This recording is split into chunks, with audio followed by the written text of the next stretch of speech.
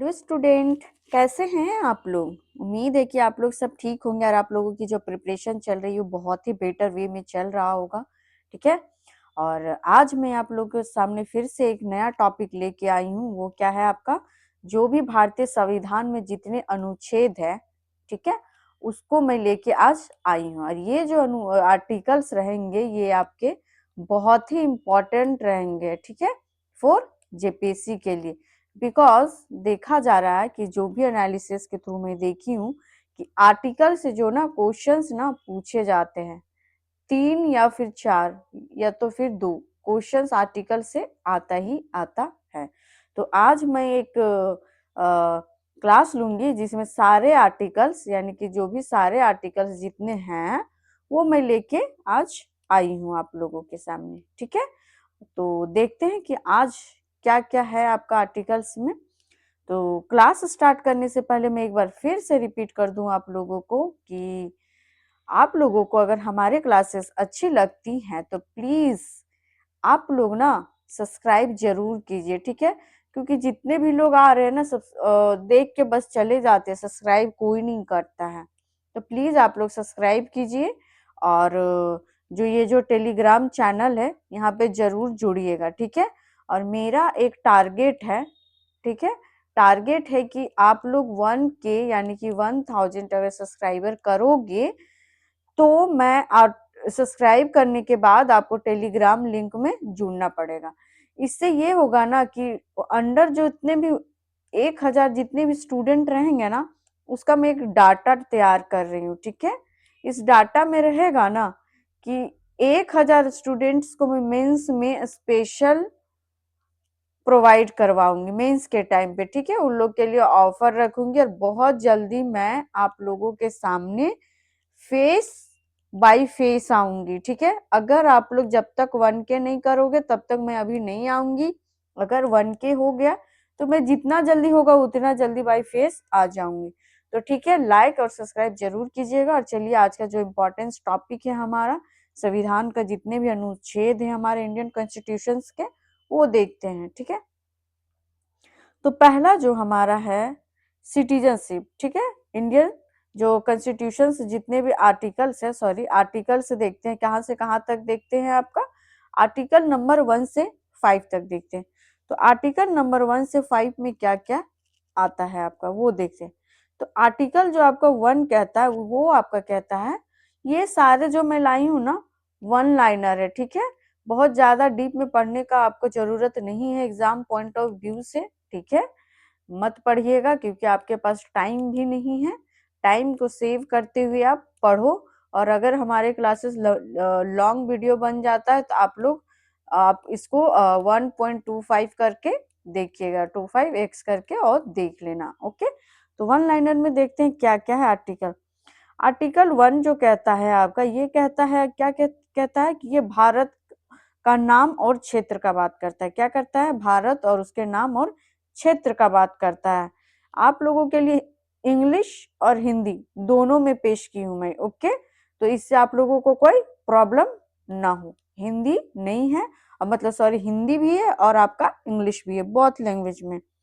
तो ये बोल रहा है आर्टिकल कहता है कि भारत का नाम और क्षेत्र का बात कहता है। ठीक है, तो देखते हैं क्या जो भारत का दो, भारत यानी अर्थात इंडिया राज्य का एक संघ होगा। ठीक है, क्या बोलता है आर्टिकल 1 की, ये इंडिया जो भारत है जो राज्यों का एक संघ होगा। ठीक है, भारत का एक क्षेत्र होगा, राज्य होगा और केंद्र शासित प्रदेश होंगे और भविष्य में प्राप्त किए गए क्षेत्र होंगे। ठीक है, और भी फ्यूचर में जितने आपके एरियाज रहेंगे वो सारे होंगे। यानी कि आप सिंपल वे में देखें तो आर्टिकल 1 करता है भारत का नाम और एरिया का बात करता है। ठीक है, नेक्स्ट देखते हैं आर्टिकल। आर्टिकल नंबर 2 कहता है, ठीक है, आर्टिकल नंबर 2 कह रहा है कि इसमें जो होता है आप ये इस्टेब्लिशमेंट ऑफ न्यू स्टेट का बात करता है। ठीक है, एडमिशन का और इस्टेब्लिशमेंट ऑफ न्यू स्टेट का बात करता है। तो इसमें क्या क्या, इसमें नए राज्यों का प्रवेश या स्थापना, जितने भी नए राज्य बनते हैं, ठीक है, उनका ये प्रवेश का या स्थापना का बात करता है। उसके बाद क्या है कि ये संसद नए राज्यों को भारत संघ में प्रवेश दे सकती है, ठीक है, नए राज्यों को भारत संघ में प्रवेश दे सकती है या उनकी स्थापना कर सकती है, ठीक है। लाइक आप एग्जांपल देख सकते हैं कि 1975 में आपको सिक्किम को किया गया था, ठीक है, आपको सिक्किम का ये जो 1975 जो है आपका, ये आपका शायद जेएसएससी सीजीएल में ये क्वेश्चन आपका पूछा गया था। क्या पूछा गया था इसमें कि सिक्किम का स्टैब्लिश डेट क्या है, मतलब आपका जो सिक्किम राज्य बना था वो ईयर कौन सा है, ये पूछा था पेपर, जो उसका जो भी पेपर था उसमें। नेक्स्ट देखते हैं आपको आर्टिकल 3 नंबर क्या कहता है। इसमें कहता है formation of new state and अल्टरनेशंस of areas, यानी कि नए राज्य बनाने या सीमा या नाम बदलना। ओके, इसमें क्या होता है आपका, इसमें होता है कि जो संसद कर सकती है किसको, ये आपका फॉर्मेशन और new state and alternation areas को कौन कौन कर सकता है, ये संसद कर सकती है। नया राज्य, ये राज्य क्या करता है, बनाना इसका काम है किसका, आर्टिकल 3 का। फिर राज्य सीमा और क्षेत्र या नाम का बदलना, यानी कि आर्टिकल 3 आप राज्यों का नाम बदल सकते हैं, उसका जो भी एरिया है उसको आप चेंज कर सकते हो, नया राज्य बना सकते हो। ओके, जैसे कि आपका तेलंगाना 2014 में, ठीक है, तेलंगाना जो है कि आपका 2014 में बना था और झारखंड हमारा जो 2000 में बना था, ठीक है। जैसे कि राज्यों का सीमा को आप चेंज कर सकते हो और क्षेत्र का नाम बदल सकते हो, जैसे बिहार से हम लोग राज्य क्षेत्र एरिया को चेंज कर दिए और इसका नाम भी हम लोग बदल दिए थे। तो ये कौन सा आर्टिकल कहता है, आर्टिकल 3 कहता है। नेक्स्ट आर्टिकल 4 क्या कहता है आपका, लॉ एंड आर्टिकल, जो आर्टिकल 2 एंड 3 है, मतलब कि अनुच्छेद 2 और 3 के अंतर्गत बने कानून को ये क्या करता है, ये करता है कि इन कानूनों के लिए संविधान संशोधन आर्टिकल 368 की आवश्यकता नहीं है। इसमें कहता क्या है कि ये जो 2 और 3 है, इसके कानूनों को संशोधन करने के लिए आपको आर्टिकल 368 की आवश्यकता नहीं है। कोई भी कानून को आपको संशोधन, कौन सा आर्टिकल के अकॉर्डिंग कोई भी कानून को संशोधन किया जाता है, 368 के अकॉर्डिंग किया जाता है आपका। बट ये आर्टिकल 2 और 3 को संशोधन करने के लिए आर्टिकल 368 का संशोधन नहीं करना है। तो नेक्स्ट देखते हैं क्या आपका फिफ्थ नंबर। फिफ्थ जो आपका स्टार्ट होता है वो आपका आता है, ये कहता है आपका, ये संविधान लागू होने पर नागरिकता, ठीक है, ये संविधान होने पर क्या करता है आपका, नागरिकता। तो इसमें देखते हैं क्या कहता है, सिटीजनशिप जो आपका एट द जो आपका कमेंसमेंट है ऑफ द कॉन्स्टिट्यूशंस, ये कहता है कि संविधान लागू होने के समय कोई व्यक्ति नागरिक होगा यदि, अगर संविधान जो हमारा लागू हुआ है उसमें अगर कोई व्यक्ति आपका नागरिक होगा, यानी कि भारत का जो नागरिक होगा वो क्या, किस आधार पे होगा, तो वो होगा आपका भारत में जन्म हो या माता पिता में से कोई भारत में जन्मा हो या भारत में 5 वर्ष निवास किया हो, तो ये क्या हो जाएगा आपका, भारत का नागरिक, ठीक है। जैसे कि एग्जाम्पल में आप देख सकते हैं कि जो हमारे जो क्रिकेटर है विराट कोहली, वो लंदन शिफ्ट हो गए हैं, ठीक है। तो उनकी जो बेटी है, ठीक है, जो भी नाम है, वामिका या कुछ और नाम है उसका, तो उसको अगर इंडिया का जो नागरिकता उसको प्राप्त करना रहेगा तो वो प्राप्त कर सकती है, ठीक है, वहां का भी, लंदन का भी कर सकती है ये, और ये इंडिया का भी कर सकती है, दोनों जगह का कर सकती है, क्योंकि वो यहाँ पे पैदा भी ली है और उसके मम्मी पापा दोनों यहीं पे पैदा लिए। और अगर उसकी बेटी का जो बच्चा होगा, उन लोग को अगर इंडिया में अगर सिटीजनशिप लेना है तो आप उसकी बेटी भी ले सकते हैं, क्योंकि उसकी विराट कोहली की जो बेटी है वो यहीं पे पैदा ली है। तो नेक्स्ट देखते हैं क्या है आपका। अब इसमें देखते हैं जो आर्टिकल 5 तक क्या है, थोड़ा सा क्विक रिवीजन करते हैं। तो आर्टिकल 1 कहता है वो क्या कहता है आपका, ये कहता है भारत का नाम क्षेत्र बताता है। फिर दूसरा कहता है नए राज्यों में प्रवेश, और तीसरा कहता है राज्य निर्माण एवं सीमा का बात करता है। फोर्थ कहता है आपका, जो आपका जितने भी आपके आर्टिकल 2 और 3 है उसके कानून बनाने का अधिकार देता है कौन, आर्टिकल 4 देता है। फिफ्थ क्या है, नागरिकता का बात करता है। ओके, मैं इस तरह से इसलिए लाती हूँ ना कि जो पढ़ाई हूँ ना पीछे वो आप लोगों को याद हो जाएगा। अब देखते हैं आपका पार्ट 2, ठीक है, भाग 2।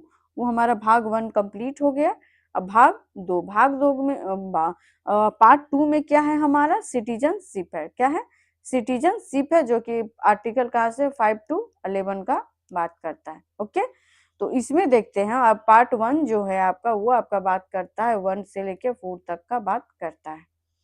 इसमें क्या है आपका सिटीजनशिप, नागरिकता में? तो इसमें जो अभी मैं बताई कि सिटीजनशिप यानी कि जो आपका citizenship commencement of the constitutions है, वो क्या कहता है? इसमें कहता है कि जो भी संविधान लागू होने के समय भारत में निवास करने वाला व्यक्ति नागरिक होगा यदि वह जन्म, माता पिता का जन्म और कोई भारत में जन्मा हो या फिर भारत में 5 वर्ष निवास किया हो, तो वो उसको भारत का नागरिकता यानी कि मिल जाएगा। ठीक है, नेक्स्ट है आपका आर्टिकल 6 क्या करता है कि आपका migrants of Pakistan, migrants from Pakistan का बात करता है, यानी कि rights of citizenship of migrants of Pakistan. ठीक है, इसमें होता है कि आपका पाकिस्तान में भारत आने वाले प्रवासियों को कुछ शर्तों पर भारतीय नागरिकता दी जाएगी। ठीक है, उन लोगों को कुछ शर्तों पर भारत का नागरिक बनने का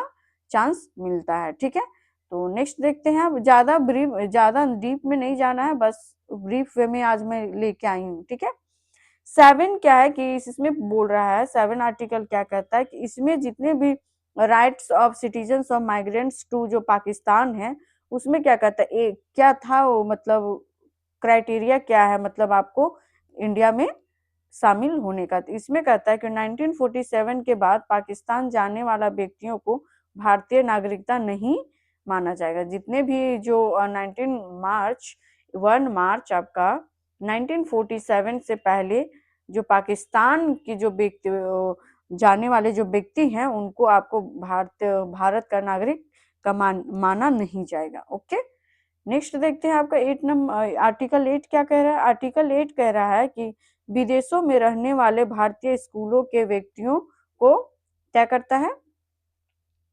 भारतीय नागरिकता प्राप्त करने का अधिकार है। यानी कि citizenship of persons of Indian origin जो राइजिंग अब्रॉड। ठीक है, यानी कि जो लोग आप विदेश में जो लोग रह रहे हैं, ठीक है, रहने वाले भारतीय मूल के लोगों को भारतीय नागरिकता प्राप्त करने का अधिकार है। जैसे कि जो भी लोग अभी मान लो कि अदर कंट्री में रह रहे हैं, वो जो इंडिया के थे, वो लोग आके यहाँ का नागरिकता प्राप्त कर सकते हैं। आर्टिकल 9 क्या कहता है, तो 9 कहता है आपका कि स्वेच्छा से विदेशी नागरिकता लेने पर भारतीय नागरिकता समाप्त हो जाती है। ठीक है, यानी कि आर्टिकल 9 कहता है कि आप स्वेच्छा से अगर नागरिकता प्राप्त करना चाह रहे हो दूसरे कंट्री का, तो जो भी आपका नागरिकता जो इंडिया में है यानी भारत के जो नागरिक है, वो आपका समाप्त हो जाएगा। ठीक है, नेक्स्ट देखते हैं क्या है आपका आर्टिकल 10 में है कि ये क्या कहता है कि संसद द्वारा बनाए गए कानूनों के अधीन नागरिकता बनी होगी। ठीक है, आर्टिकल 10 कहता है कि जो भी संसद के द्वारा बनाए गए कानून के अधीन नागरिकता बनी होगी। ठीक है, यानी कि आपका कंटिन्यूएंस ऑफ सिटीजनशिप का बात करता है। क्या करता है? कंटिन्यूएंस ऑफ सिटीजनशिप का बात करता है।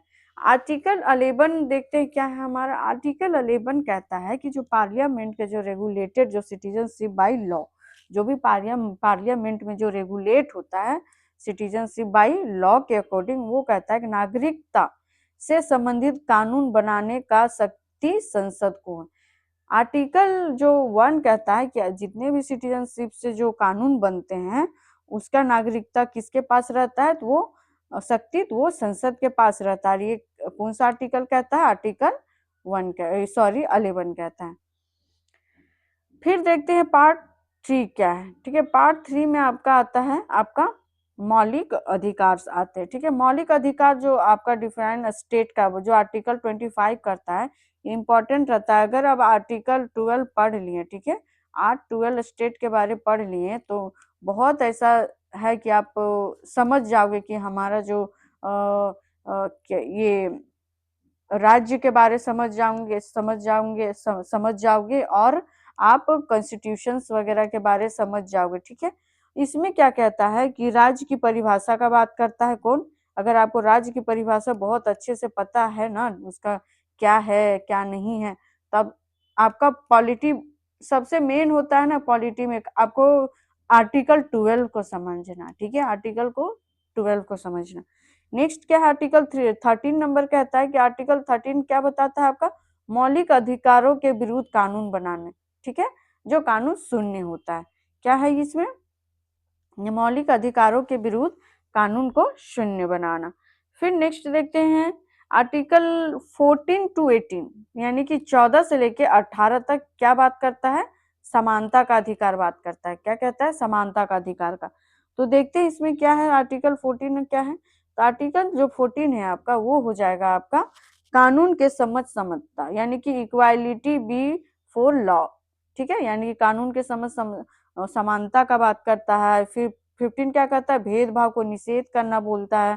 फिर आर्टिकल 16 क्या कहता है, सरकारी नौकरी में समानता, ठीक है, बट नहीं लगता कि सरकारी नौकरी में अभी समानता है, खास करके झारखंड गवर्नमेंट में तो नहीं लगता है हमको, तो ठीक है, सरकारी नौकरी को लेके समानता का बात करता है। 17 में क्या कह रहा है, 17 में कहता है कि अस्पृश्यता का अंत, यानी कि एबुलेशंस ऑफ अनटचेबिलिटी की बात करता है, कौन करता है, आर्टिकल 17 करता है, ओके। 18 करता है उपाधियों का अंत का बात करता है, यानी कि अबुलेशंस ऑफ टाइटल्स का बात करता है, यानी कि उपाधियों का अंत का बात करता है, ओके। ये सब वन लाइनर रखी हूँ, ठीक है, बहुत ज्यादा नहीं पूछता है, क्योंकि मैं आगे अभी क्वेश्चंस आर्टिकल्स आएंगे जो मैं एक्सप्लेन करूंगी, ठीक है, बहुत ज्यादा उसमें नहीं पूछता है, जेपीएससी ने आर्टिकल्स पूछ देता है कि आर्टिकल 14 किससे रिलेट करता है, तो आप उसको चुनो कि क्या है, आर्टिकल 17 किससे रिलेट करता है, तो वो आप सेलेक्ट करो आपके आंसर क्या होगा, तो इसीलिए वन लाइनर लेके आई। अब देखते हैं कि आपका जो आर्टिकल 19 है, राइट टू फ्रीडम, यानी स्वतंत्रता का अधिकार, क्या कहता है, तो स्वतंत्रता का अधिकार होता है ना, इसमें 6 जो फंडामेंटल जो फ्रीडम है, यानी कि 6 इसमें फ्रीडम को ऐड किया गया है, किसमें, आर्टिकल 19 में। तो इसमें 6 मौलिक स्वतंत्र जो स्वतंत्रताएं हैं वो क्या क्या है, तो पहला जो आपका हो जाएगा वो हो जाएगा आपका क्या, कौन सा स्वतंत्रता, तो हो जाएगा आपका वाक एवं अभिव्यक्ति की स्वतंत्रता, यानी कि आपको किस चीज का फ्रीडम मिलेगा, तो freedom of speech and expression, ठीक है, स्पीच का यानी कि बोलने का और एक्सप्रेशन करने का आपके पास अधिकार है। नेक्स्ट और बी कहता है, 19 बी कहता है कि इसमें आपका बोलता है कि शांतिपूर्ण एवं जो निरस्त्र भाषा करने की स्वतंत्रता देता है, ठीक है, निरस्त्र भाषा सॉरी सभा करने की स्वतंत्रता देता है, सभा करने की स्वतंत्रता देता है, ओके, यानी कि असेंबल जो होता है ना, पीस वैली का आपको फ्रीडम देता है, ठीक है। नेक्स्ट क्या है आपका, नेक्स्ट सी में बोलता है 19 आर्टिकल 19 सी कहता है आपका, आर्टिकल 19 क्लॉज सी कहता है आपका कि संघ यूनियन या सहकारी समितियां बनाने की स्वतंत्रता देता है, यानी कि आर्टिकल जो 19 सी है आपका, ये आपका संघ और यूनियन या सहकारी समितियां बनाने की स्वतंत्रता देता है। नेक्स्ट क्या है आपका, नेक्स्ट हो जाएगा आपका इस डी हो जाएगा आपका फ्रीडम ऑफ मूवमेंट, यानी कि आपका भारत के संपूर्ण क्षेत्र में स्वतंत्र रूप से आगमन, ठीक है, स्वतंत्र रूप से आगमन, आप यानी घूम फिर सकते हो, ठीक है, उसका क्या है आपका 19 डी बोलता है, ओके। नेक्स्ट है आपका ई कहता है कि आपका रेसिडेंस का बात कर, फ्रीडम ऑफ रेसिडेंस का बात करता है, ठीक है, तो इसमें क्या है आपका 19 ई क्या बोलता है, आर्टिकल 19 ई कि भारत के किसी भी भाग में निवास व बसने की स्वतंत्रता को देता है, तो 19 ई देता है आपका कब, भारत में किसी भी जगह पे जाके आप निवास कर सकते हो।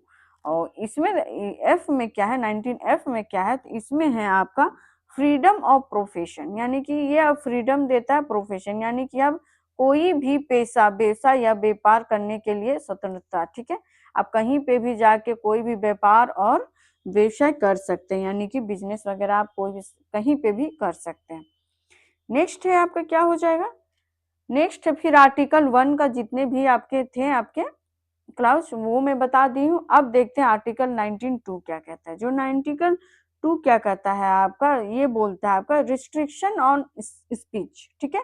रिस्ट्रिक्शन ऑन स्पीच का बात करता है, इसमें है कि आपका यानी संप्रभुता, सुरक्षा, लोक व्यवस्था, शिष्टाचार, जो मान हानि आदि के हित में ये कार्य करता है। यानी कि रिस्ट्रिक्शन ऑफ स्पीच किस में काम करता है, तो ये बात काम करता है सुरक्षा और संप्रभुता, लोक व्यवस्था, शिष्टाचार, मानहानि आदि के हित में बात करता है। ओके। आर्टिकल 19 क्लाउज 3 कह रहा है आपका कि ये आपका रिस्ट्रिक्शन ऑन असेंबली का बात करता है। किसका बात करता है?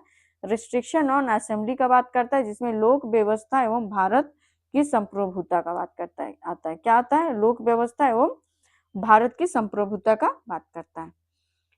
नेक्स्ट दे है क्या आपका, ये आपका आर्टिकल 19 क्लाउज 4 कहता है। आर्टिकल 19 क्लाउज 4 कहता है कि एसोसिएशन का बात करता है, यानी कि रिस्ट्रिक्शन ऑन एसोसिएशन का बात करता है। इसमें भी आपका क्या करता है कि लोक व्यवस्था, ठीक है, पब्लिक ऑर्डर, ठीक है, मोरालिटी और सवर्निटी की बात करता है, यानी कि नैतिकता और संप्रभुता का बात करता है। ओके।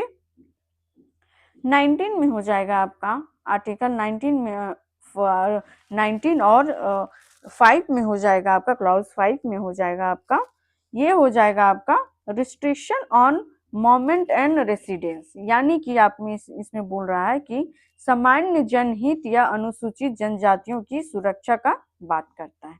ओके। आर्टिकल 19 सब क्लाउज 6 बोलता है कि रिस्ट्रिक्शन ऑन प्रोफेशन, ठीक है।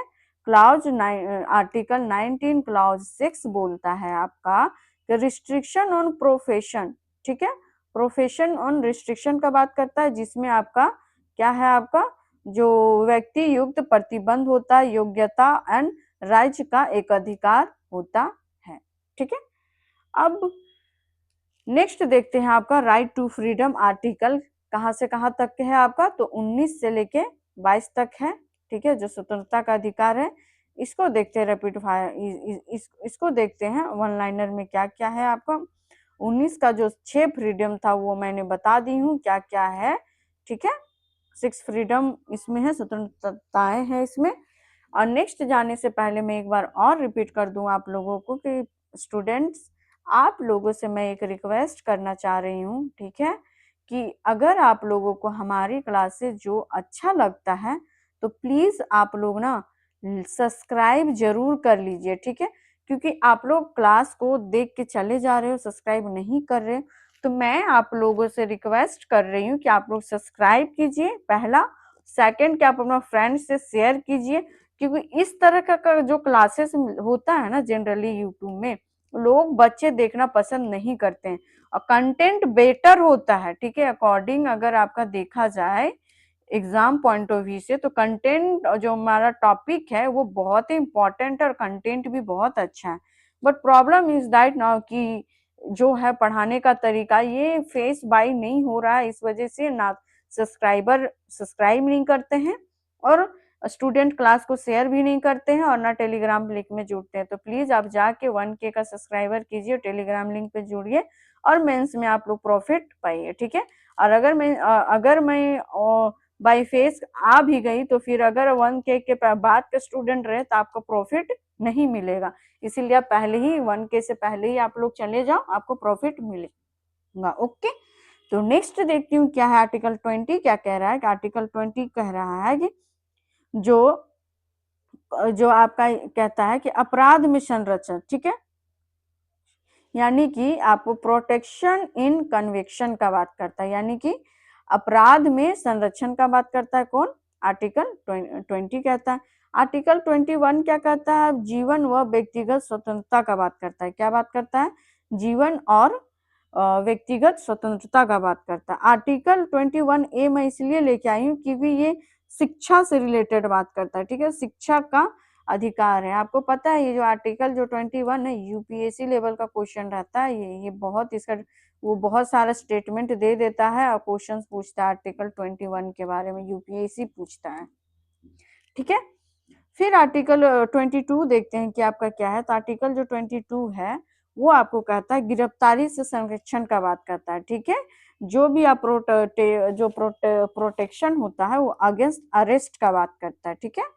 नेक्स्ट है आपका क्या हो जाएगा, राइट अगेंस्ट जो एक्सप्लॉयटेशन, आर्टिकल कितना से कितना तक आता है। तो ये जो आपका आएगा कहाँ तक, 23 से 24 तक आएगा। कहाँ से, 23 से, आर्टिकल 23 से 24 तक आएगा। इसमें क्या क्या होता है, इसमें आप कहता है कि जो प्रोविजंस ऑफ जो ट्रैफिकिंग का बात करता है, किसका बात करता है, प्रोविजंस ऑफ ट्रैफिकिंग का बात करता है, ट्रैफिकिंग का बात करता है, जिसमें मानव तस्करी निषेध है, ठीक है। जो भी मानव तस्करी का बात करता है वो निषेध है। फिर बाल श्रम, ठीक है, आर्टिकल 24 का क्या कहता है कि चाइल्ड लेबर का बात करता है, उसमें आपको बाल श्रम करना निषेध है। नेक्स्ट देखते हैं क्या है आपका, नेक्स्ट आ जाएगा आपका आर्टिकल 25 टू आर्टिकल 28 है, जिसमें धार्मिक स्वतंत्रता का बात करता है। किसका बात करता है, तो धार्मिक स्वतंत्रता का बात करता है। इसमें है आपका आर्टिकल 25 जो हो जाएगा, ये हो जाएगा आपका धर्म की स्वतंत्रता। क्या हो जाएगा, ये धर्म की स्वतंत्रता हो जाएगा, ठीक है। फिर हो जाएगा आपका आर्टिकल 26 हो जाएगा, ये माइनस जो माइनस करता है क्या, रिलीजियस अफेयर्स का बात करता है। क्या बात करता है, रिलीजियस अफेयर्स, यानी कि धार्मिक कार्य प्रबंधन का बात करता है, ओके। आर्टिकल 27 कहता है कि नो टैक्स फॉर रिलीजन्स, यानी कि रिलीजन्स के लिए यानी धर्म हेतु कोई कर निषेध नहीं है, ठीक है। 28 कहता है आपका नो रिलीजियस जो इंस्ट्रक्शंस, जो इंस्ट्रक्शंस है उसमें आपका, यानी कि सरकारी संस्थाओं में धार्मिक शिक्षा निषेध निषेध है, ठीक है। नेक्स्ट देखते हैं आपका, नेक्स्ट जो आपका आ जाएगा यानी कि कल्चरल एंड एजुकेशनल राइट्स, ठीक है, यानी 29 से लेके 30 तक आपका सांस्कृतिक व शिक्षा का अधिकार का बात करता है। तो इसमें जो आपका 29 क्या करता है, संस्कृति संरक्षण का बात, यानी प्रोटेक्ट कल्चर का करता है, ठीक है। फिर जो माइनॉरिटी जो इंस्टीट्यूशन है उसका बात कौन करता है, आपका आर्टिकल 30, यानी कि अल्पसंख्यक संस्थान का बात करता है, आपका आर्टिकल 30 बात करता है, ठीक है। नेक्स्ट देखते हैं क्या है, नेक्स्ट हो जाएगा आपका आर्टिकल 32 टू आपका 35 फंडामेंटल्स राइट्स का बात करता है। किसका बात करता है, आपका फंडामेंटल्स राइट्स का बात करता है, जो कि आपका संवैधानिक उपचारों का मतलब एवं क्या विविध प्रावधान है, ठीक है। इसमें देखते हैं कि क्या है, इसमें जो आपका हो जाएगा आपका आर्टिकल 38 कहता है आपका कि संवैधानिक उपचारों का अधिकार का बात करता है। आर्टिकल 32 क्या करता है, आपका रेडिमीज देता है राइट टू आपका कॉन्स्टिट्यूशन का, ठीक है, यानी कि संवैधानिक उपचारों का रेडिमीज यानी कि उपचार बताता है। नेक्स्ट हो जाएगा, इसमें क्या देखते हैं थोड़ा, इसमें हो जाएगा कि मौलिक अधिकारों के जो प्रवर्तन हेतु सर्वोच्च न्यायालय रीट जारी करता है। क्या करता है आपका आर्टिकल 32 के अकॉर्डिंग, तो रीट जारी करता है, ठीक है। रीट में क्या क्या होता है, तो हैबिशियस होता है।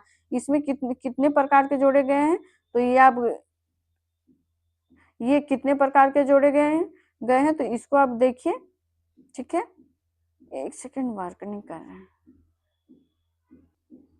हाँ, तो इसमें जो आपका बात करता है, इसमें क्या क्या बात करता है, तो इसमें जो आपका बात करता है हैबिशियस कॉर्पस का बात करता है, मैंडमस का बात करता है, प्रोविशन का बात करता है, इसमें क्या करता है सेटियोरैरी का बात करता है, क्यो वारंटो का बात करता है, ठीक है। तो इसका जो आपका हो जाएगा, यह स्वयं एक मौलिक अधिकार है। जो आर्टिकल 32 है ये आपका स्वयं एक मौलिक अधिकार है, यानी कि फंडामेंटल्स राइट है।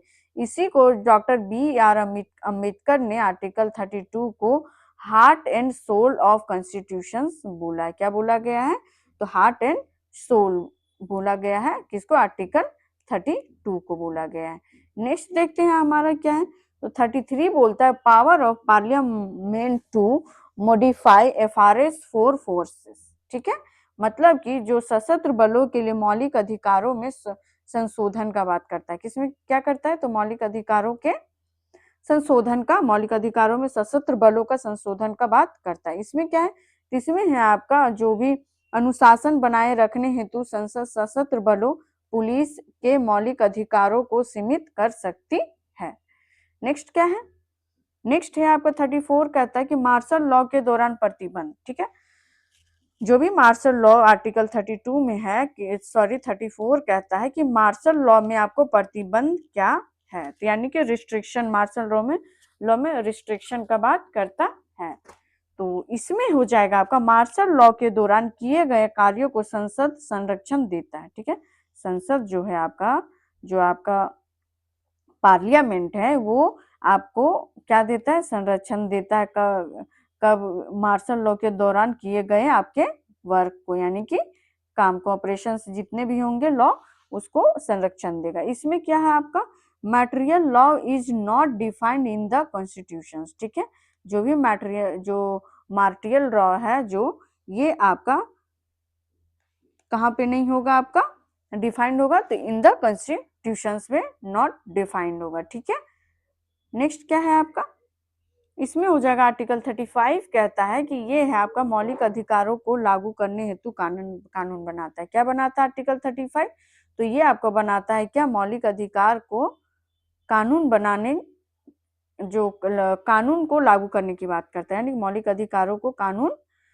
लागू करने हेतु ये आपका आर्टिकल 35 बात करता है। इसमें होता है कि कुछ मौलिक अधिकार जैसे अनुच्छेद 16, 17, 18 से संबंधित कानून केवल संसद बना सकती है। ठीक है, आपको क्वेश्चन पूछता है कि कौन से ऐसे कानून है जिसको सिर्फ पार्लियामेंट ही बना सकता है, जो ऐसे कौन आर्टिकल है जिसको बनाने में जिसका पावर सिर्फ आपके संसद के पास है, यानी कि पार्लियामेंट बना सकता है, तो वो हो जाएगा 16, 17, 18। ठीक है, और 16, 17, 18 आर्टिकल क्या है, ये आप हमको कमेंट बॉक्स में जाके लिख के बताइए कि मैम आर्टिकल 16 ये है, आर्टिकल 17 ये है, और आर्टिकल 18 ये है। प्लीज जाके कमेंट बॉक्स में नीचे लिख दीजिएगा। ठीक है, नेक्स्ट हो जाएगा आपका, ये है आपका डीपीएसपी। ठीक है, कहाँ का भाग 4। ठीक है, डीपीएसपी क्या कहता है आपका, आर्टिकल कहाँ से आता है, यानी कि directive principles of state policy. ये बहुत इंपॉर्टेंट है।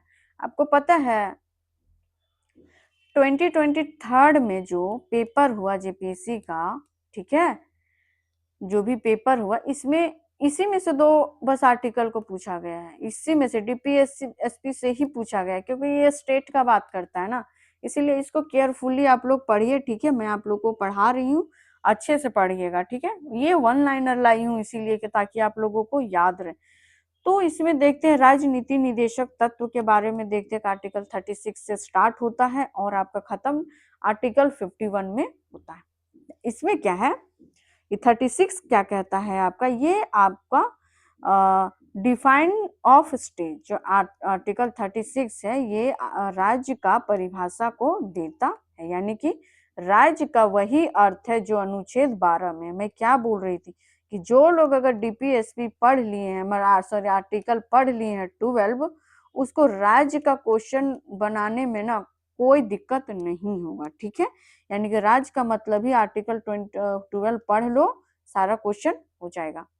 तो इसमें देखते हैं कि आर्टिकल 12 में कहता है कि आपका कि राज्य का बात किया है, और इसमें भी डिफाइंड करता है आर्टिकल 36। कभी पूछ दे क्वेश्चन क्या आर्टिकल 36 एंड आर्टिकल 12 क्या रिलेट करता है, तो ये दोनों का आंसर एक ही हो जाएगा। ये दोनों क्या करता है, डिफाइंड ऑफ स्टेट करता है, क्या करता है, यानी कि राज्य का परिभाषा को देता है। ठीक है, नेक्स्ट देखते हैं आपका आर्टिकल 37 क्या करता है। आर्टिकल 37 क्या, एप्लीकेशंस ऑफ डीपीएसपी। ठीक है, यानी कि न्याय द्वारा लागू नहीं किए जा सकते परंतु शासन के लिए मौलिक है। ठीक है, ये जो एप्लीकेशन है डीपीएसपी का, इसमें ये करता है कि न्याय द्वारा लागू नहीं किए जा सकते लेकिन शासन के लिए ये मौलिक है। ठीक है, नेक्स्ट है आपका हो जाएगा 38 क्या हो जाएगा, 38 जो आपका हो जाएगा, ये आपका बात करता है क्या, सोशल ऑर्डर फॉर जो वेलफेयर ऑफ पीपल। ठीक है, यानी कि ये राज्य का सामाजिक आर्थिक राजनीतिक और को बढ़ावा देता है। किसको बढ़ावा देता है, कि राज्य की सामाजिक आर्थिक और राजनीतिक को बढ़ावा देता है, ठीक है। यानी कि आपका सोशल और इकोनॉमिक और पॉलिटिकल को जस्टिस करता है कौन, तो आर्टिकल 38। पूछे कि इकोनॉमिकल, पॉलिटिकल और सोशल जस्टिस कौन सा आर्टिकल देता है, तो वो आपका हो जाएगा आर्टिकल नंबर 38 हो जाएगा। 39 आर्टिकल ये आपका प्रिंसिपल्स ऑफ पॉलिसी की बात करता है। आर्टिकल जो 39 है ये प्रिंसिपल्स ऑफ ये इसका पॉलिसी की बात करता है। इसमें कहता है कि जीवन का समान अधिकार, यानी कि संपत्ति का समान वितरण और समान वेतन और बच्चों की सुरक्षा का बात करता है, ठीक है। आर्टिकल 39 में आपको पूछेगा कि कौन सा आर्टिकल है जिसमें समान वेतन की बात की गई है, ठीक है, किसमें, और समान संपत्ति का बात किया गया है। तो ये इसमें आपका समान जो आर्टिकल हो जाएगा समान वेतन का, तो वो हो जाएगा आपका आर्टिकल 39 हो जाएगा। ओके, आर्टिकल 39 आपको क्या कहता है, इसमें equal justice and free legal aid, ठीक है, इक्वल जस्टिस और फ्री लीगल एड का बात करता है कौन, तो आर्टिकल 39 कह रहा है। इसमें है कि निःशुल्क विधि सहायता की बात करता है। ओके, 40 जो है आर्टिकल जो 40 है वो आपका क्या बात करता है, ग्राम पंचायतों का गठन, इंपॉर्टेंट। ओके, ये इंपॉर्टेंट है क्या, यानी कि ऑर्गेनाइजेशंस ऑफ विलेज जो पंचायत होते हैं उसकी बात गठन का बात करता है कौन, आर्टिकल 40, ठीक है, आर्ट 40 आपका बात करता है। नेक्स्ट की ओर चलते हैं। नेक्स्ट आर्टिकल 41 देखते हैं कि क्या है आपका। 41 कह रहा है आप लोगों का, प्लीज आप लोग ना अच्छे से इसको पढ़िए, क्वेश्चंस आएगा ही डीपीएसपी से ही, ठीक है, डीपीएसपी से क्वेश्चन आता ही आता है, तो प्लीज आप लोग इसको इग्नोर मत करना, ठीक है। तो 41 देखते हैं कि इसमें आपका किस चीज के लिए बात करता है आर्टिकल 41, तो ये आपका कार्य, शिक्षा व सामाजिक सहायता का अधिकार को बताता है, ठीक है, यानी कि आपका क्या क्या बात करता है, राइट टू वर्क बताता है। आर्टिकल 41 क्या कहता है, एजुकेशन को बताता है, and assistance and unemployment old age का बात करता है। ओके, इसमें होता है आपका ये आपका न्याय संगत कार्य दर्शाए एवं जो मातृत्व की राहत देता है। आर्टिकल 22 आपका क्या कह रहा है, आपका आर्टिकल 21 तो बता दिए कि कार्य, शिक्षा और सामाजिक सहायता के अधिकार की बात करता है। आर्टिकल जो 42 है वो आपका बात करता है, क्या बात करता है ये, कि अब ये क्या करता है, just and human condition of work का बात करता है, यानी कि न्याय संगत कार्य को दर्शाए एवं मातृत्व को राहत की बात करता है। नेक्स्ट हो जाएगा आपका 43 आर्टिकल क्या करता है, यानी कि लिविंग वेज का बात करता है, क्या बात करता है ये, लिविंग वेज का बात करता है, यानी कि जीवन यापन योग वेतन, यानी कि वेतन का बात करता है, क्या, वेतन, समान वेतन का बात कहाँ पे कौन सा आर्टिकल करता है, प्लीज कमेंट मी, ठीक है, कौन सा आर्टिकल करता है, प्लीज कमेंट मी। तो इसमें बोलता है आपको कि जीवन यापन योग्यता योग्य वेतन का कार्य कौन करता है, तो आपका आर्टिकल 43 हो जाएगा। 43 आपका जो बात करता है ये आपका participation of worker in management, यानी कि प्रबंधन एवं श्रमिकों की भागीदारी का बात करता है, क्या बात करता है, प्रबंधन एवं आपका हो जाएगा क्या, श्रमिकों की, यानी कि आपका वर्कर का बात करता है। 44 आ जाएगा, ये देखो आ गया आपका आर्टिकल नंबर 44, ठीक है। अब इसमें मैं कुछ बता रही हूँ, ये जो आर्टिकल 44 है ये आपका जेपीएससी 2023 में मतलब वन लाइनर पूछा है, ठीक है, बहुत लेंदी नहीं पूछा, वन लाइनर पूछा है। पूछा क्या था आपका कि आर्टिकल 44 ने आर्टिकल नहीं पूछा था, पूछा था कि आपका यूसीसी यूसीसी कौन सा आर्टिकल में आता है, बस यही क्वेश्चन था कि आर्टिकल यूसीसी कौन सा आर्टिकल में यहाँ आता है, ठीक है। तो आर्टिकल यूसीसी का फुल फॉर्म क्या होता है, तो यूनिफॉर्म सिविल कोड जो है कौन सा आर्टिकल में आता है, तो वहां पे ऑप्शन दिया हुआ था और ऑप्शन में आपका आर्टिकल 4 भी था, आर्टिकल 44 भी था, बस यही लगाना था आर्टिकल 44, आपका 2 नंबर आपके पास, कुछ नहीं था, वन लाइनर था, ठीक है। तो ये हो गया आर्टिकल जो 44 है आपका, ये क्या करता है, यूनियन जो सिविल कोड का बात करता है, यानी कि समान नागरिक संहिता का बात करता है, क्या करता है, समान नागरिक संहिता का बात कहता है। नेक्स्ट आपका 45 का आता है तो अर्ली जो चाइल्डहुड केयर एंड एजुकेशन, ठीक है। आपका एजुकेशन से रिलेटेड दो आर्टिकल याद रखना, एक आर्टिकल जो आपको मैं बताई थी आर्टिकल 21A, ठीक है, ठीक है, और एक आर्टिकल 25 याद रखना जो कि आपको 6 वर्ष के बच्चों के देखभाल व शिक्षा का बात करता है, ठीक है। 6 वर्ष के बच्चों की शिक्षा का बात करता है कौन, तो आपका आर्टिकल 45 बात करता है। नेक्स्ट क्या हो जाएगा आपको 46 क्या करता है, ये आपका करता है क्या चाहिए, promotions of SC ST and weaker section, क्या वीकर सेक्शन का बात करता है, यानी कि अनुसूचित जाति, जनजाति व कमजोर वर्ग की सुरक्षा का बात करता है कौन, तो ये आपका बात करता है आर्टिकल 46, याद रखिएगा। Okay, article 46। देखिए आर्टिकल 44 पूछ लिया है तो इसीलिए आर्टिकल 46 याद रखना। एजुकेशन से रिलेटेड 6 वर्ष के बच्चों के लिए आर्टिकल 45 याद रखना, और एजुकेशन से रिलेटेड पूछ दे तो आर्टिकल 21A याद रखिएगा, ठीक है। और वो वेतन वाला तो याद रखना, कमेंट करके आप प्लीज मेरे को बताइए। और नेक्स्ट जो आपका 47 आ जाएगा, ये आपका न्यूट्रिशन एंड पब्लिक हेल्थ का बात करता है, ठीक है ना, ये भी याद रखिएगा आर्टिकल 47 प्लीज। ये न्यूट्रिशन का बात करता है, यानी पोषण, जीवन स्तर व जो जन स्वास्थ्य सुधार का आर्टिकल 47 बात करता है। आर्टिकल 47 आपका हेल्थ से लेके बात करता है, ठीक है, यानी कि न्यूट्रिशन का बात करता है। ओके, नेक्स्ट हो जाएगा आपका 48।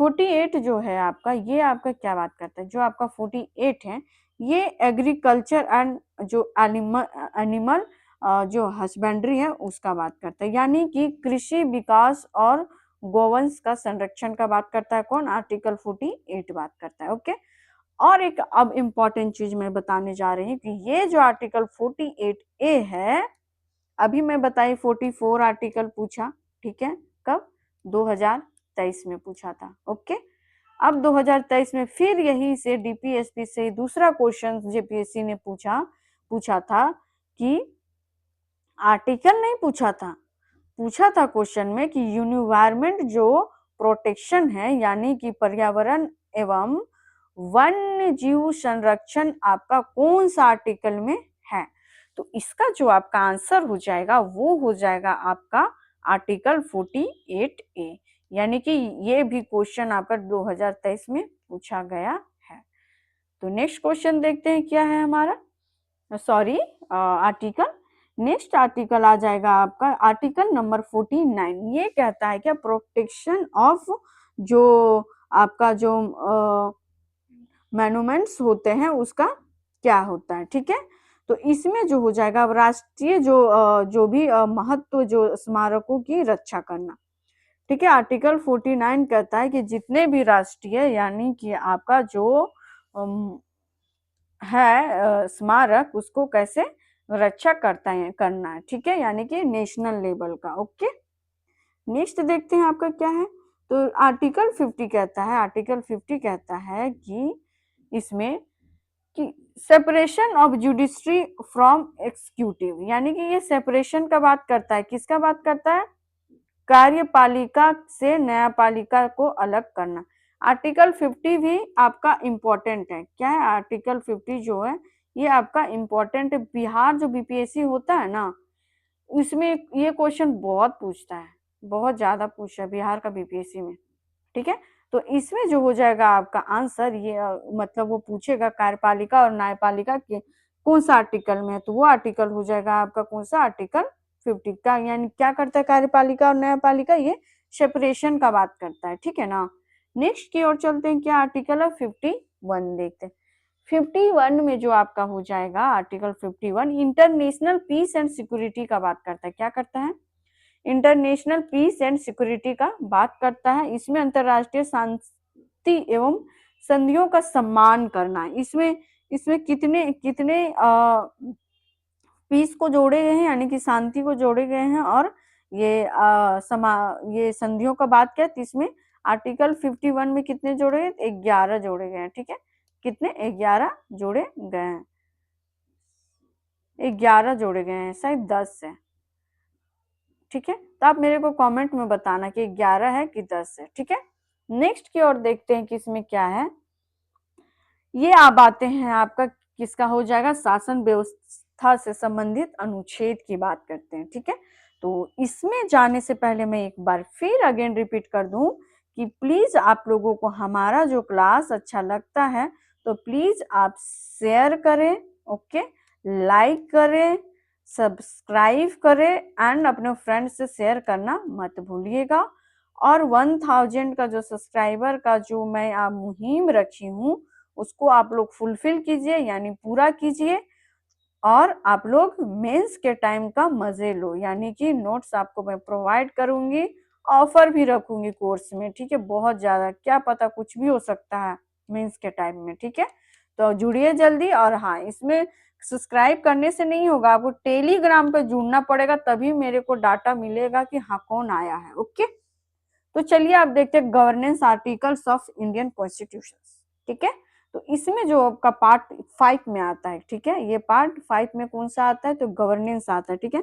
आपको जो सिलेबस में जो दिया गया है आपका पेपर 1 में, उसमें आपको इंडियन कॉन्स्टिट्यूशन पढ़ना है, गवर्नेंस पढ़ना है, ठीक है। और जो भी आपका जो सिटीजनशिप से लेके आपका मौलिक कर्तव्य तक जो मैं करवा दी हूँ आर्टिकल, उतना तक वो आएगा। और फिर गवर्नेंस का आएगा जो मैं अभी करवाने जा रही हूँ, ओके। तो देखते हैं क्या है भाग 5, क्या किसका बात करता है।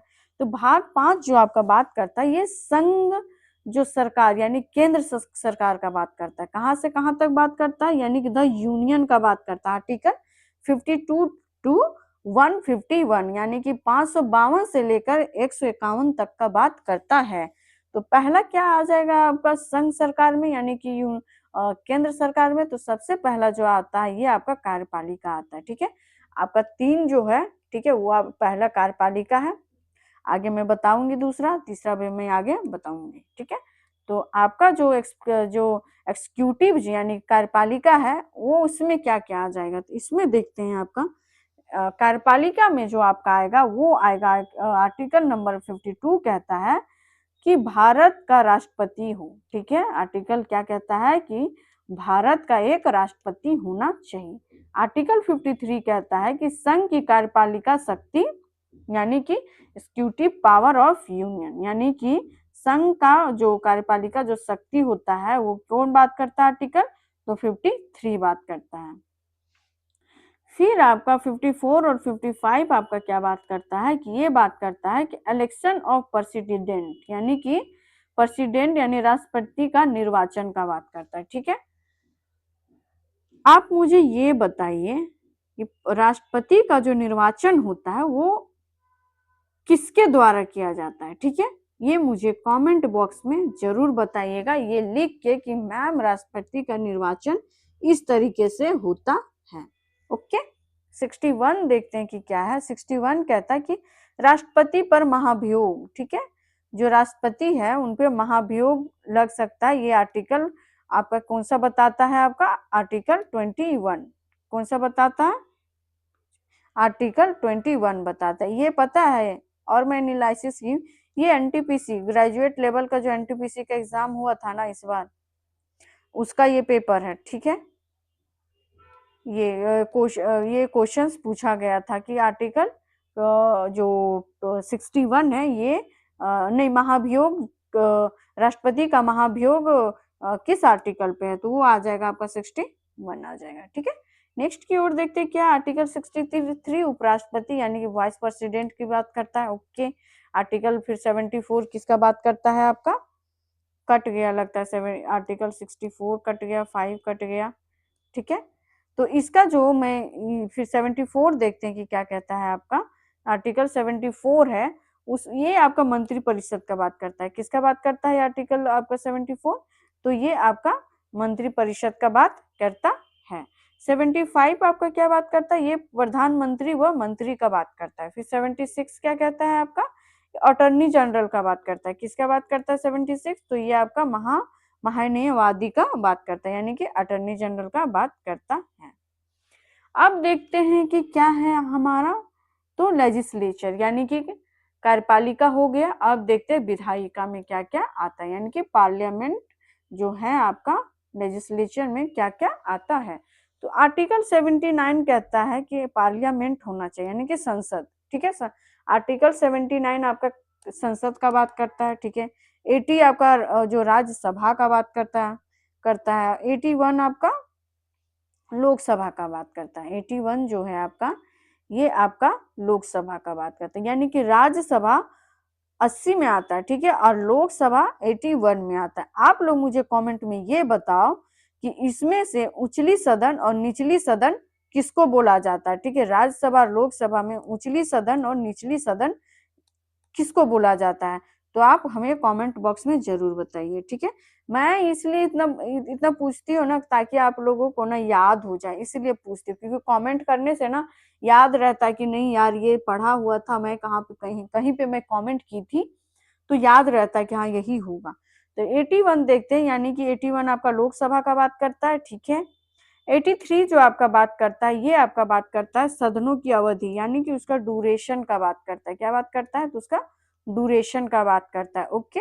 नेक्स्ट आपका 85 क्या बात करता है, तो ये संसद का सत्र, ठीक है, यानी कि जो सेशन होता है पार्लियामेंट का, वो उसका बात करता है। पार्लियामेंट का जो सेशन होता है, कितने से कितने अवधि तक का सत्र होना चाहिए, वो बात करता है।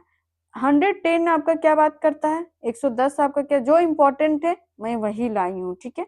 110 क्या बात करता है आपका, इसीलिए वहां पे 64 65 67 वगैरह छूट गया, क्योंकि वो लोग उतना इंपॉर्टेंट नहीं था।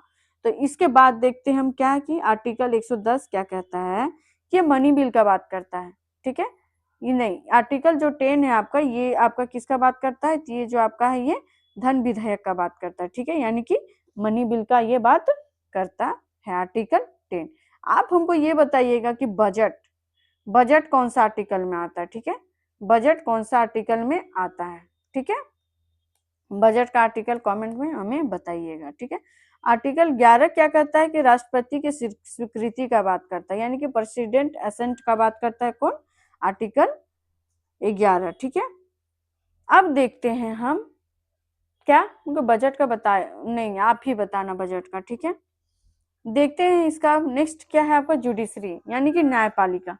न्यायपालिका का क्या है, तो न्यायपालिका आपका बात करता है आर्टिकल का, क्या बात करता है ये, तो ये जो बात करता है आर्टिकल, ये 24, यानी कि 24 आपका सर्वोच्च न्यायालय का बात करता है। आर्टिकल जो है आपका 24, ये सुप्रीम कोर्ट का बात करता है, यानी कि एससी का बात करता है, ओके। और आर्टिकल 26 क्या बात करता है आपका, तो सीजेआई यानी कार्यवाहक सीजेआई का बात करता है, ठीक है। गवर्नेंस से क्वेश्चंस आएंगे, इसलिए मैं ये सब मतलब आपका जो भी इम्पोर्टेंट आर्टिकल है ना, वो मैं करवा दे रही हूँ, ठीक है। अब बाकी जो उधर जो आपका जो पार्ट 1 से लेके जो भी पार्ट 4 तक जितने भी करवाई हूँ मैं, वो सारा इम्पोर्टेंट है, इसलिए उधर का आर्टिकल मैं सेलेक्ट करके नहीं लाई थी, उसको मैं वन लाइनर में सारा आर्टिकल्स को करवा दी। और इसमें गवर्नेंस में है ना कि इसमें बहुत है, तो बहुत ज्यादा नहीं पढ़ना है, जो इम्पोर्टेंट है वो मैं लेके आई हूँ। तो नेक्स्ट देखते हैं आपका कार्यवाहक का बात कौन सा आर्टिकल करता है, तो 126 करता है। 130 क्या करता है, तो सीट ऑफ एसटी यानी एससी का स्थान का बात करता है, ठीक है। 130 क्या करता है आपका, एससी का स्थान का बात करता है। नेक्स्ट 136 क्या करता है, विशेष अनुमति याचिका यानी कि पेटिशंस का बात करता है, यानी कि क्या करता है, स्पेशल जो जो लीव पेटिशंस होते हैं, यानी कि लीव जो पेटिशन मिलता है उसका बात कौन सा करता है, तो आर्टिकल 36 करता है, ठीक है, अनुमति याचिका, ठीक है।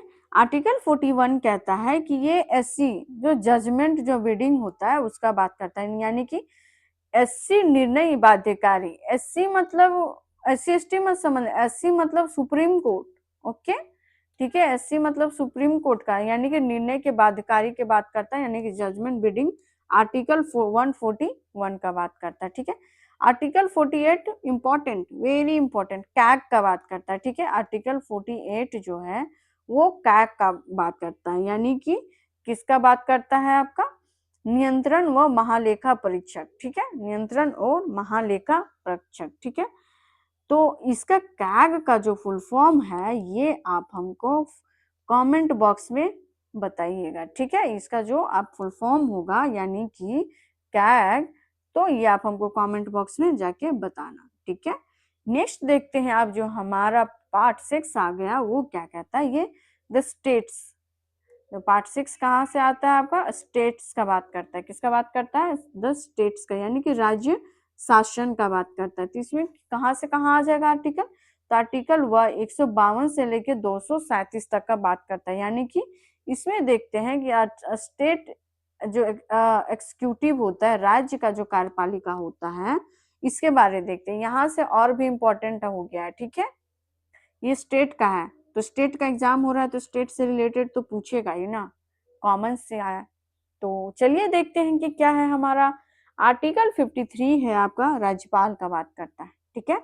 आर्टिकल 53 किसका बात करता है, गवर्नर का बात करता है। आर्टिकल 154, देखो मैं ना इम्पोर्टेंट लाई हूँ बस, ठीक है, इम्पोर्टेंट लाई हूँ। तो आर्टिकल 54 क्या बात करता है, राज्य के कार्यपालिका की शक्ति, ठीक है, जो executive power of state, article 154। 163 आपका क्या कहता है, ये राज्य का मंत्री परिषद का बात करता है। 164 आपका क्या बात करता है, ये मुख्यमंत्री वो मंत्री का बात करता है, ठीक है। नेक्स्ट क्या हो जाएगा आपका, मुख्यमंत्री व मुख्यमंत्री एडवोकेट जनरल, यानी कि महाधिवक्ता का बात कौन सा करता है आपका, आर्टिकल 165 करता है, ठीक है। स्टेट जो लेजिस्लेचर होता है, कार्य विधायिका का, देखते हैं थोड़ा सा हम लोग शॉर्ट में, ठीक है, क्या है। तो इसमें देखते हैं कि क्या है। इसमें 168 क्या, राज्य विधानमंडल का बात करता है। 168 आपका राज्य विधानमंडल का बात करता है। और लेजिस्लेटिव असेंबली का बात कौन करता है, तो वो आपका आर्टिकल 70 क्या बात करता है, लेजिस्लेटिव असेंबली का बात करता है। फिर आपका यानी कि विधानसभा का बात कौन करता है, तो आर्टिकल 70 करता है, ओके। नेक्स्ट है आपका आर्टिकल 71 क्या बात करता है, तो जो भी आर्टिकल 71 है वो विधान परिषद का बात करता है। किसका बात करता है, तो ये आपका विधान परिषद का बात करता है, ठीक है। 172 जो आपका हो जाएगा, ये आपका अवधि, अवधि का बात करता है, यानी कि ड्यूरेशन का बात करता है, ठीक है ना। अब आप हमको बताइए, कभी जो मैं ऊपर में बताई जो आपका अवधि यानी सत्र का बात करता है, सत्र का ये कौन सा आर्टिकल में बताया गया है, आप मुझे कमेंट बॉक्स में बताइएगा, ओके। नेक्स्ट जो आपका हो जाएगा अब 200 का था, ये जो गवर्नर एंड असेंट का बात है, राज्यपाल की स्वीकृति का बात टू आर्टिकल 200 कहता है। अब देखते हैं स्टेट जुडिशरी, यानी कि राज्य की न्यायपालिका। देखिए हमने क्या पढ़ा, सेंट्रल की न्यायपालिका, कार्यपालिका और विधायिका पढ़ा, ठीक है। अब हम लोग क्या पढ़ रहे हैं, स्टेट का न्यायपालिका, कार्यपालिका और ये विधायिका जो हम लोग पढ़ लिए, ठीक है। अब न्यायपालिका में देखते हैं कि हमारा स्टेट में क्या है। तो हाईकोर्ट का बात 214, 214 में हाईकोर्ट का बात होता है, एचसी का बात होता है। कमेंट में बता एससी यानी कि सुप्रीम कोर्ट कौन सा आर्टिकल में, ठीक है। आर्टिकल 16 क्या कहता है, जो हाईकोर्ट का जज का बात करता है, यानी कि आर्टिकल जो 16 है वो आपका हाईकोर्ट का जज का बात करता है, यानी कि उच्च न्यायाधीश के न्यायाधीश का उच्च न्यायालय के न्यायाधीश का बात करता है, ओके। नेक्स्ट हो जाएगा फिर आपका क्या हो जाएगा, नेक्स्ट जो हो जाएगा आपका आर्टिकल 226, यानी कि आपका रीट का क्षेत्राधिकार बताता है। किसका बताता है ये, रीट का, यानी कि क्षेत्राधिकार, यानी कि बात करता है, यानी कि रीट जुरिडिक्शन का बात करता है, ठीक है। नेक्स्ट देखते हैं आपका 233 क्या है, तो इसमें जिला न्यायाधीश का बात करता है, ठीक है, यानी कि डिस्ट्रिक्ट जज का बात करता है। कौन सा आर्टिकल आपका, तो ये जो आपका आर्टिकल हो जाएगा, ये हो जाएगा आपका आर्टिकल 233, ठीक है, जो आपका जो डिस्ट्रिक्ट जज होता है उसका बात करता है। डिस्ट्रिक्ट कोर्ट में भी जज होता है ना, तो उनका बात होता है आपका 233 में बात होता है, ठीक है। अब देखते हैं हम आपका लोकल गवर्नेंस का बात करते हैं, ठीक है। किसका बात करते हैं हम लोग, तो लोकल गवर्नेंस का बात करते हैं। तो इसमें देखते हैं हम लोग कि क्या होता है लोकल गवर्नेंस में, यानी कि स्थानीय स्वशासन, जो कि आपका आर्टिकल कितना से कितना आ जाएगा, 243 से आपका